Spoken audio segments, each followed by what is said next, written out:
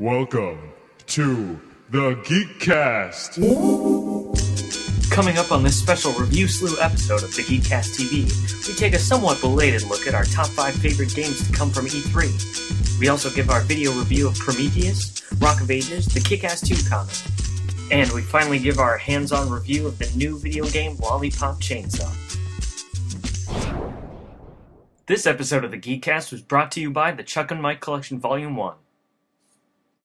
Welcome everyone to the latest episode of Geekcast TV. I'm Bobby Schwartz. I'm Kevin Looney. And I'm your mom. Is your mom apparently? I'm Austin. Yeah. So we've got a lot for today's episode, and we're hoping that since our kind of absence since our first episode, we can kind of cover a few of the things that have happened over the last few weeks. Like E3 happened while we were kind of on hiatus. So to start off our episode today, we thought it'd be cool to talk about our top 5 favorite things that have come from E3. Collectively. Yeah, and in no particular order. We're not ranking these or anything. Not any particular order. First on our list, Assassin's Creed 3. Roll the gameplay.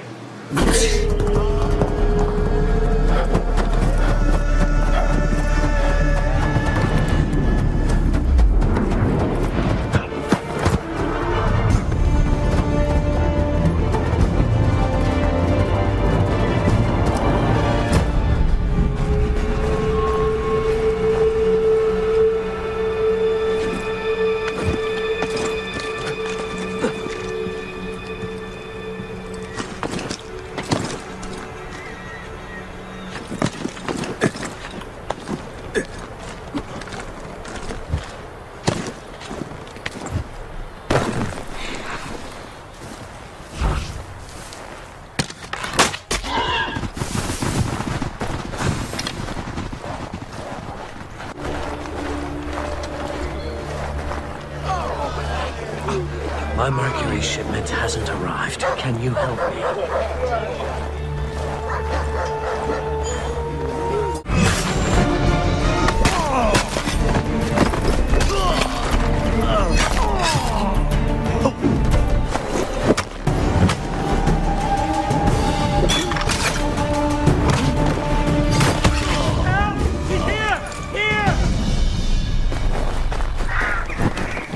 Whoa, wasn't that awesome? That was amazing. Technically, it's the 1, 2, 3, 4...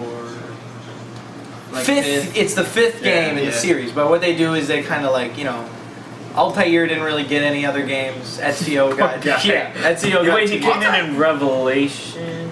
Wait. Kinda, yeah. He did, yeah. Because they gave more backstory, or not backstory, but like what happened to him after the first game. Yeah. If you include the PSP game, which I've never played, but I heard it is... Apparently it's really good, yeah. So... Because they always do that, like Kingdom Hearts, so they did the same thing. They did in between this game and this All the game. PSP games of Kingdom Hearts are apparently amazing. And So did I'll never be able to God play of them. War as well. Yeah. God of War, they're actually adapting. Game developers, stop doing that. We want console games. Alright, but let's talk about why Assassin's Creed 3 looks so awesome. Austin, go! From what I've seen, you aren't in like an assassin's clan this time. Yeah. You're just a Native American / colonist person. Well, he looks like he's probably one of the... Because he's got the whole outfit. I mean, so Well, we don't know, but he's got, you know... But so maybe far, it's just from a what I've seen, coincidence, he just doesn't look like he has some kind of guild following him around. Gameplay got like 10 times more fluent in between the last 2 games because the way he moves in that game is so like just swift and so swift, fast. Yeah. He looks especially really every game you feel like more and more of an assassin. And like the way he moves through the trees, that's like it was crazy because I didn't know how they were gonna do. I was scared. I thought it was gonna be clunky. Because it's the other climbing's been really clunky, which is understandable though because they're climbing on buildings and stuff like that. But like I was afraid for the trees because I saw him climbing through trees. I was like, no, clunky. No, this tree climbing is gonna be like Tarzan, you know, like branch grinding. Because he can like move around to get to another branch. That was the big thing for me. Through the little where it was like split. this, and he would go through the split. Yeah, and even his rock climbing, like it looked like that. Yeah. So there you go, the fluidity. Like my favorite game of all time is Sly Cooper. That's why, and my favorite part of the game is being Sly Cooper because he's so swift and like fluent. Dude, Sly Cooper could be an assassin. He could be. I think Assassin's Creed is actually kind of like get some inspiration from the Sly games and maybe some of the what's that game? Prince of Persia. Maybe, Oh yeah, you know? And I know the one of the Prince of Persia, you could actually, Altair was actually an alternate costume. Really? The second to most recent. That's awesome. Not the one. That's cool. I didn't know that. Well, I think my favorite part was also the like tree climbing and stuff like that. Everything about it looks really, and the setting. I think they really captured that time period well. And of course they always do well. I mean, I remember going through the Renaissance age. Like you really feel like you're in Italy after you finish playing the game. That's why I passed junior year of world history or whatever I was learning. Yeah, Was that world or it was junior year because I remember us learning about U.S. history. What was U.S. history? Then what was I learning about? Anyway, it looks like the control style is really going to be adhere to the gameplay mechanics we've learned in 1 and 2. You know, they were going to put scalping in Assassin's Creed 3, but then they were asked not to. Oh. Because by Native Americans because they consider, but I think that's kind of Ubisoft's kind of thing. They're very sensitive towards, you can still like defecate animals though and stuff like that. What I'd like to know is, you know how Leonardo da Vinci was like your like helper guy? What like founding father is going to be involved in this one? Well, in the cutscene, George Washington was kind of. Oh really? I didn't see that. George Washington's like looking at him. He's like, yeah, like that guy's a beast. I'll be like him. Yeah. Politics. Yeah. It's probably that it's taking. It seems like it's creating more of a world than any of the other games have, because I saw in some of the gameplay. I saw a side mission where he had gotten some deer's meat and stuff, and he was actually like selling it, and he was like, here's the deer's meat you asked for, and he's like, thank you very much, like this is going to help me feed my family and stuff. And it wasn't part of the main quest, it was part of like a side mission. And they've always kind of done side missions, but they've never been a big deal. They never have been a big deal. The thing that I'm probably the most excited for is what's going on with Desmond. Yes. Because that's what I love about the Assassin's Creed. I think that's why everyone's so. it's really because I'm like, man, this is so cool. But it's like you also just gameplay-wise, people are invested in the assassin, but storyline-wise, people want to know what the hell happens to Desmond. And it's just such a and Assassin's Creed 1, they didn't reveal the thing about Desmond until the game was released. The game was advertised just as Altair and the assassin, but they said there's a secret and blah blah blah, and then you can't find out until you buy the game. And when people bought the game, they were just like, what? I think we could say all of us here at the Geekcast are pretty excited for the next Assassin's Creed. It's probably, I can say without question, my favorite game series. Along with Slycoover, it's my favorite game series. I can't decide between the two. It's completely different reasons why I like them. Speaking about favorite game series, our next on the list is Halo 4. Halo 4! Technically that's 8. Yeah. Which, gameplay. Achoo! I wish I could have seen it.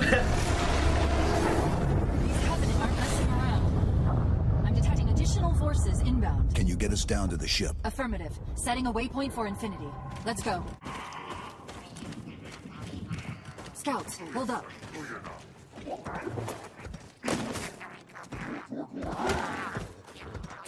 They spotted us.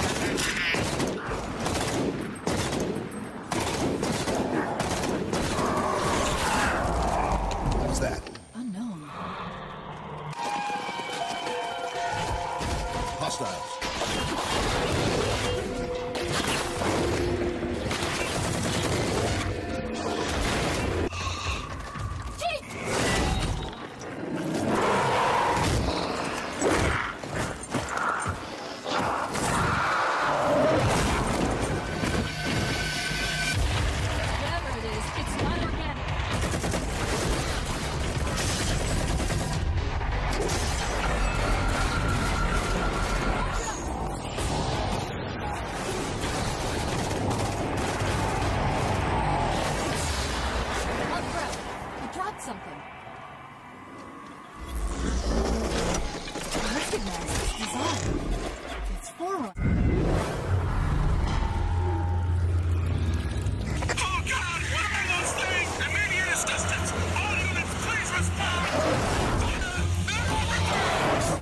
So, the Halo 4 gameplay. Awesome. It's one of our favorite things to come from E3, and we've got a lot to say about it. Austin, what were your favorite parts about it? Probably the graphics. Yeah, they've never been that good.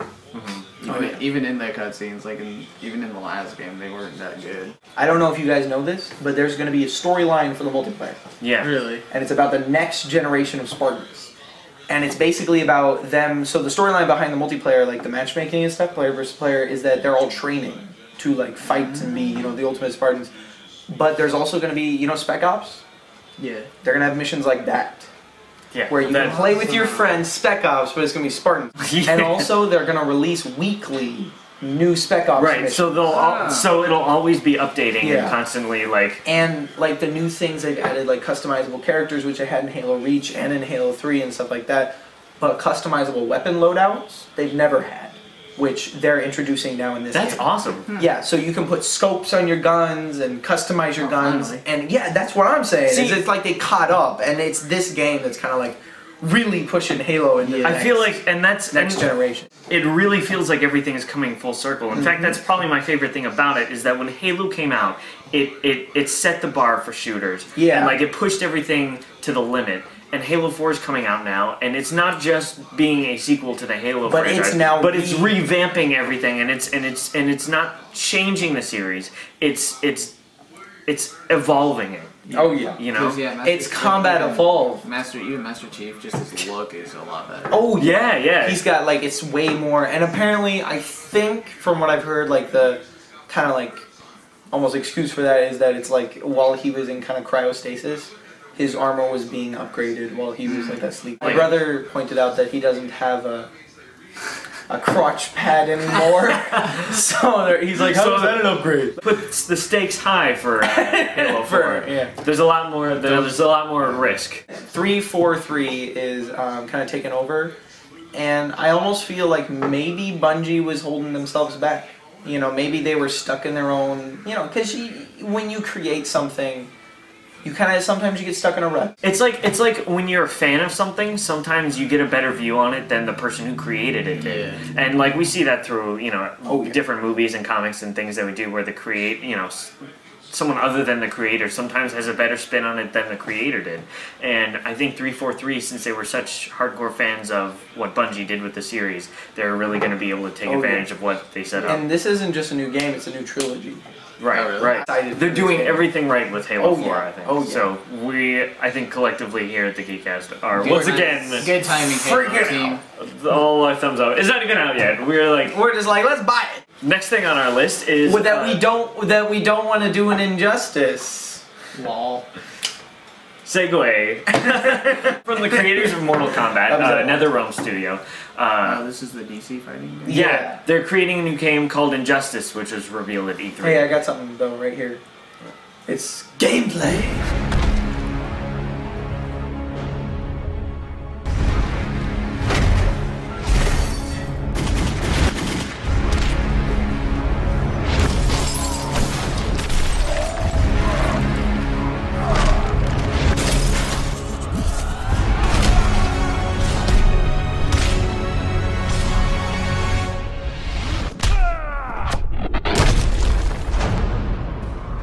Stop running!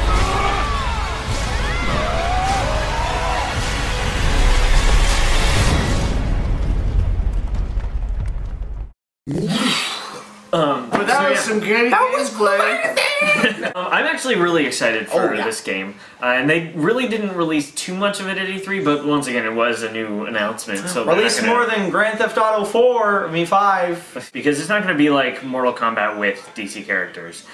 They've specifically stated that they're really changing the gameplay mechanic, and just seeing what DC Entertainment's been doing with their video game department lately. I like how the characters, because okay, Mortal Kombat versus DC was not a very good game. It was alright, But I liked how you could kind of transfer locations, and it looks like they're doing that, but like times 10 yeah. for this game. Did you see when like Superman grabbed who did he grab? Like Flash or someone, and like flew him out into space and just slammed him into Oh yeah, that was awesome. That was awesome. I'm terrible at fighting games.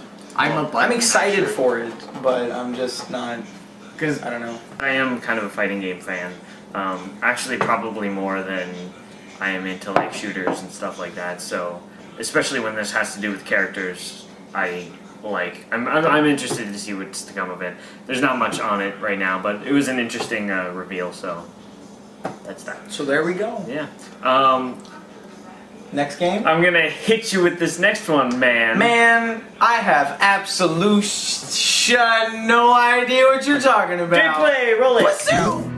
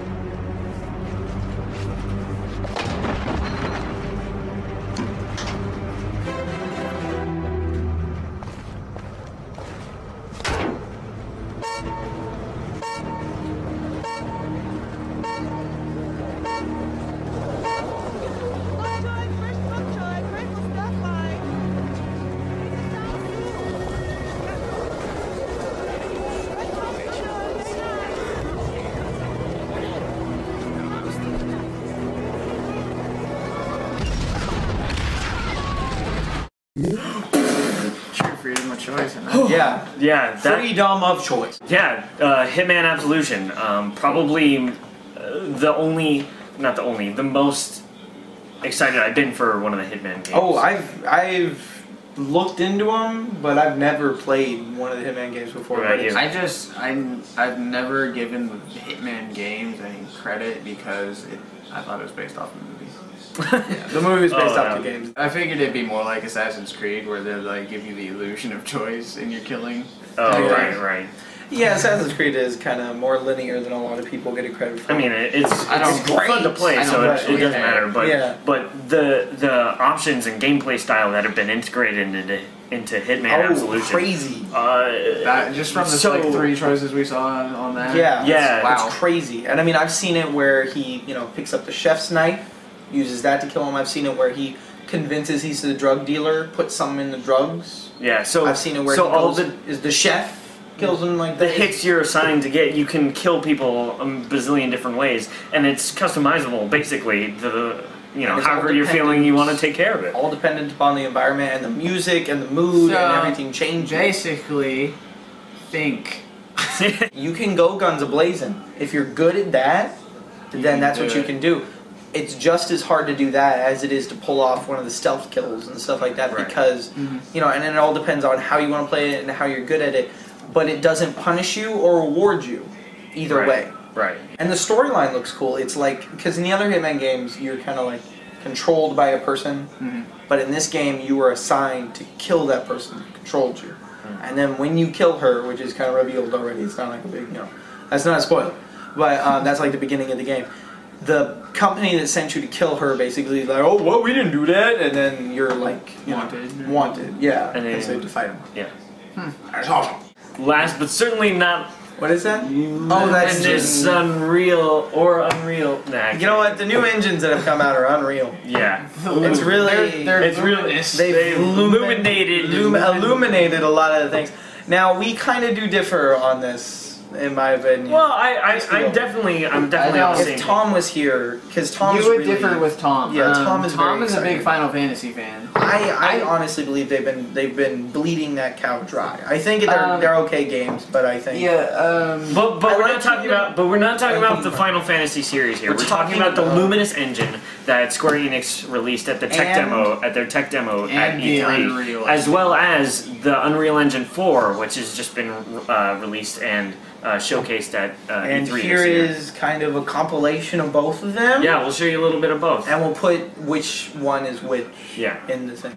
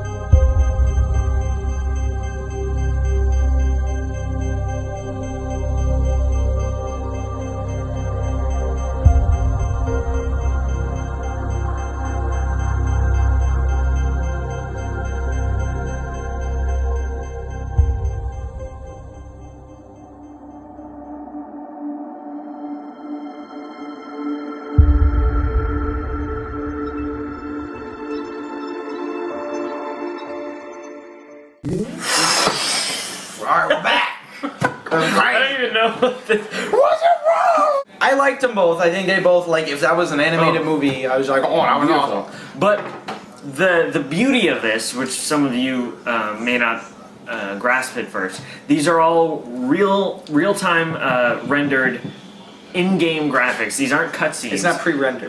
Pre-rendered. A lot of games nowadays, I think, have been They're using getting really more- close. They're getting more in-game, I think, because it's getting so close. Right. But in my opinion, I like the Unreal Engine.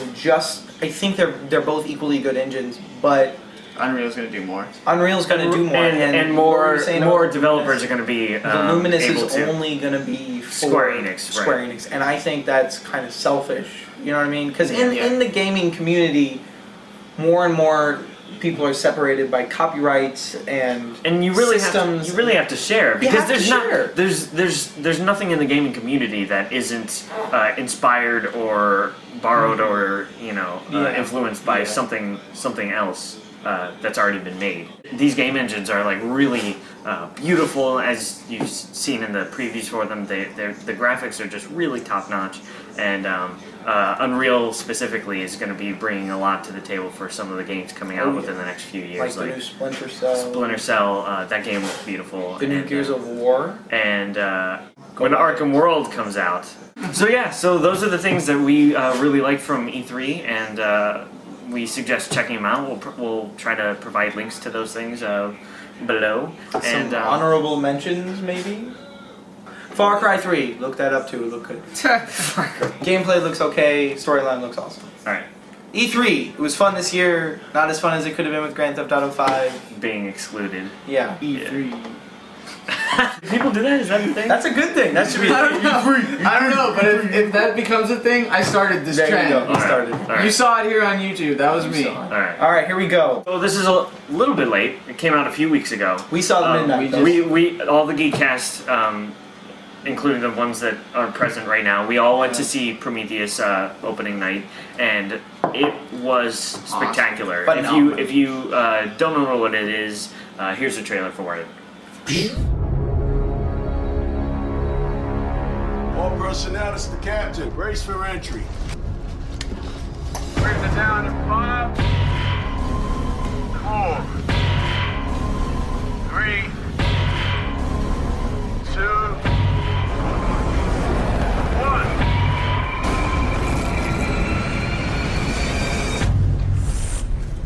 Prometheus has landed.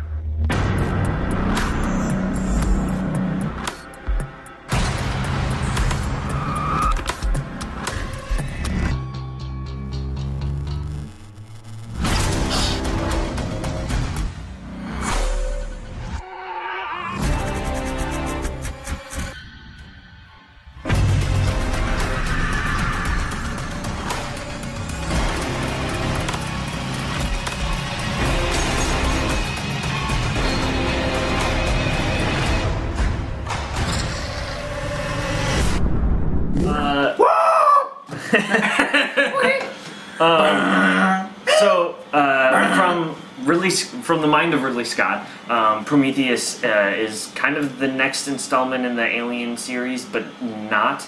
I'd say it was more than I expected it was going to be, because people kept going, it's not an Alien movie. Yeah, and Ridley Scott said many times it was going to have anything to do with it. It does have a lot to do Totally with does. it. It actually almost completely explains it. Okay, it's the only movie that almost 100% explains what the aliens are. Where they come from. Yeah. And what is, Because they're no. I'm just kidding. It deals with the theories of human creation and different things like that. It's because it she speaks says- on many intellectual levels. Like, don't go to this movie if you're not you don't want to really have to think. All right, here we go.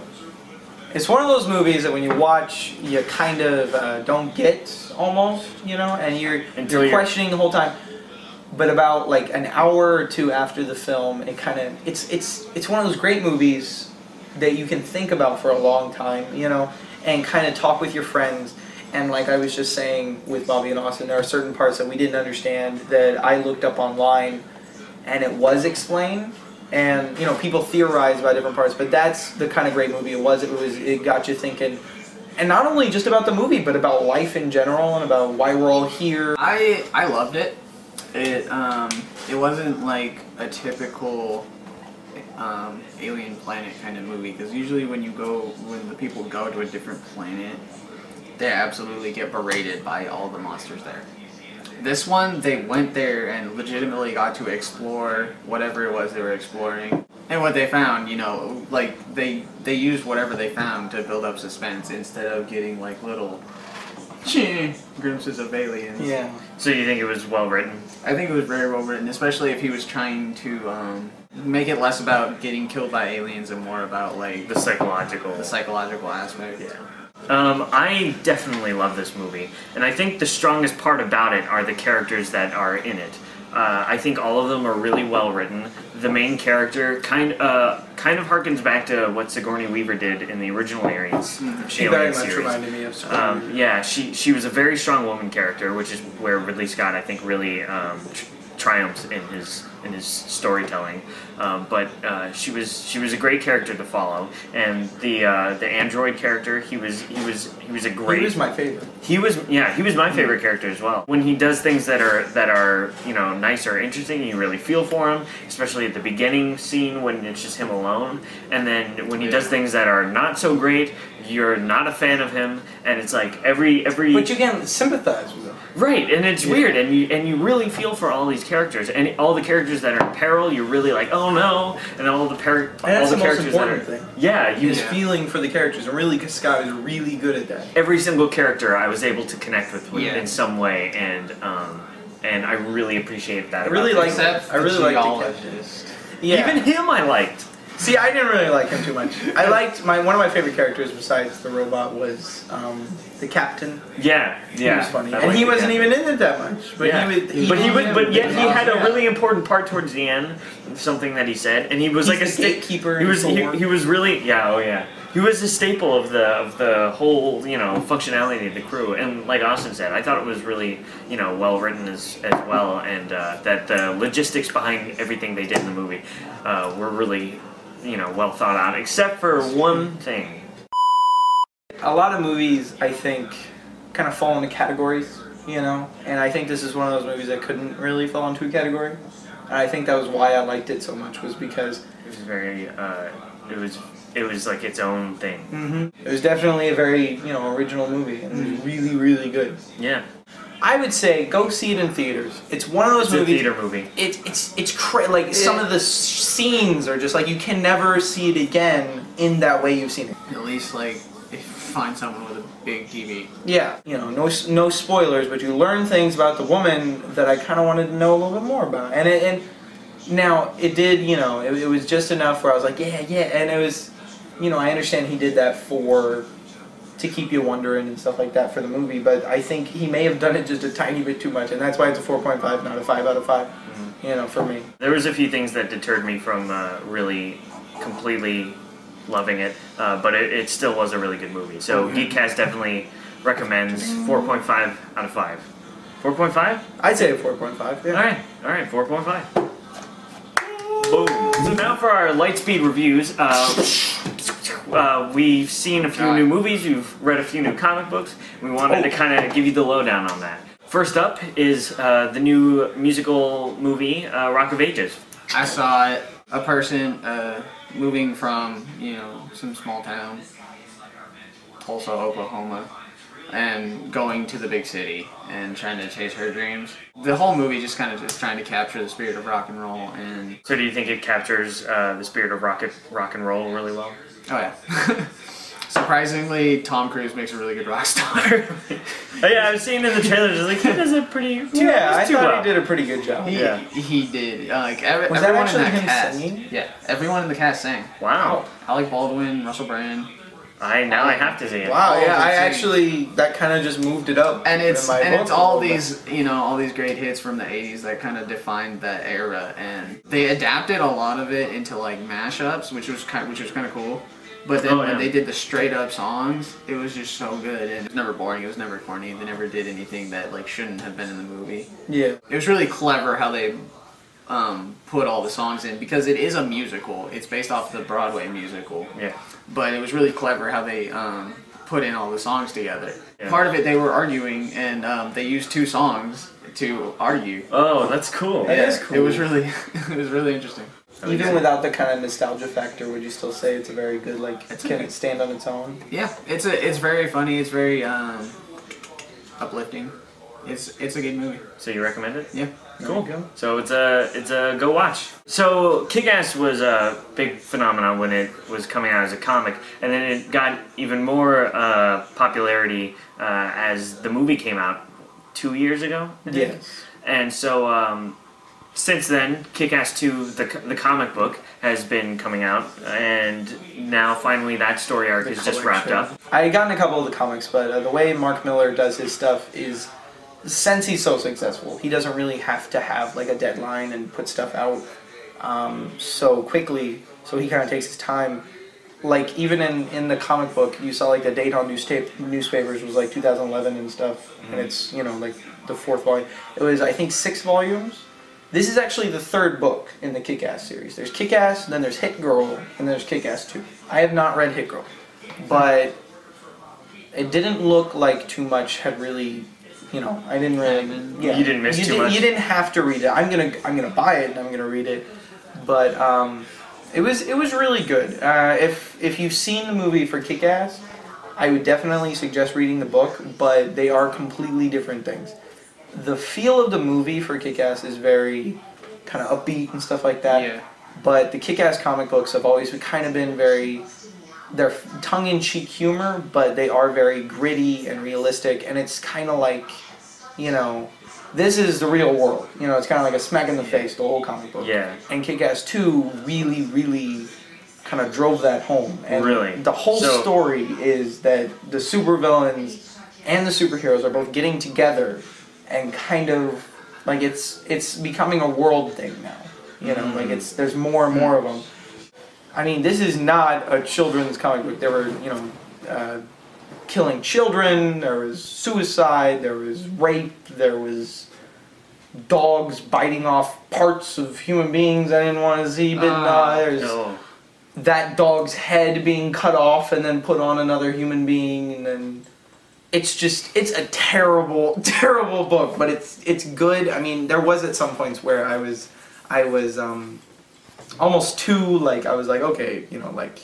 It went a little too far? Yeah. It feels more fleshed out than the first book. Really? Yeah, because the first book really just focused on Kick-Ass and kind of... I don't know, it just didn't really feel like a world, but this one has so many interesting characters that kind of are fleshed out and stuff, and get hurt or hurt others that it kind of feels... really cool, and the ending's very, very, very cool, and it seems like he's gonna make more. It's not like an ending, so Good. it was good. I would definitely suggest reading it. It's For the mature audience. Yeah, and for the mature audience, Yeah. it's a very good book. It was very sad, but it was very good. Good. And John Romita Jr. He's a talented man. Mofo. Yeah. So you recommend it? Oh yeah. Go out and buy it? I'd say, in a world of not very good comic books, go get Kick-Ass 2. But first get Kick-Ass 1. Yeah. It's definitely, it's a very unique flavor. Very pungent. Cool. So we're going to start a new feature here on the Geekcast. We're going to be starting to do different gameplay and stuff like that. And a new game that just recently came out, Lollipop Chainsaw, which I had the pleasure of purchasing today, is going to be our Kickstarter to that. So we're going to be recording the first couple of minutes of gameplay, showing our reactions of it and giving a little, initial review of it. And we don't have our video capture equipment set up correctly yet, so we're just going to be kind of doing it Alright, hopefully we'll be able to give you some good insight to this game, and I'm really excited to play it. It looks like a really good smash-up of everything we like. Comic book stuff, blood, guts, zombies, boobs, everything. So all those things in that order. Alright, so Except let's... opposite. Let's go! Let's play it! Wow.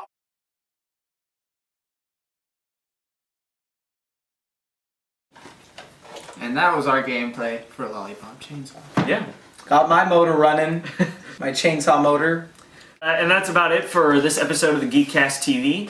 Hopefully you enjoyed some of the things we had to talk about. And if you don't know what the Geekcast is, and if this is your first exposure to us, we have a weekly podcast that comes out every Friday. We'll have a link in the description. And if you're an existing fan of the Geekcast, we love you. Thank you for all your support. Go to thegeekcast.webs.com and see some of our articles and different reviews. They're much more in depth and much better thought out than our rambling on this show. And but that's why people watch us. Yeah, so we're ramblers. Because we're ramblers. We're wanderers. We're travelers. We're geeks. We go on the path that takes us to the way, the truth, and the light. You. That made total sense.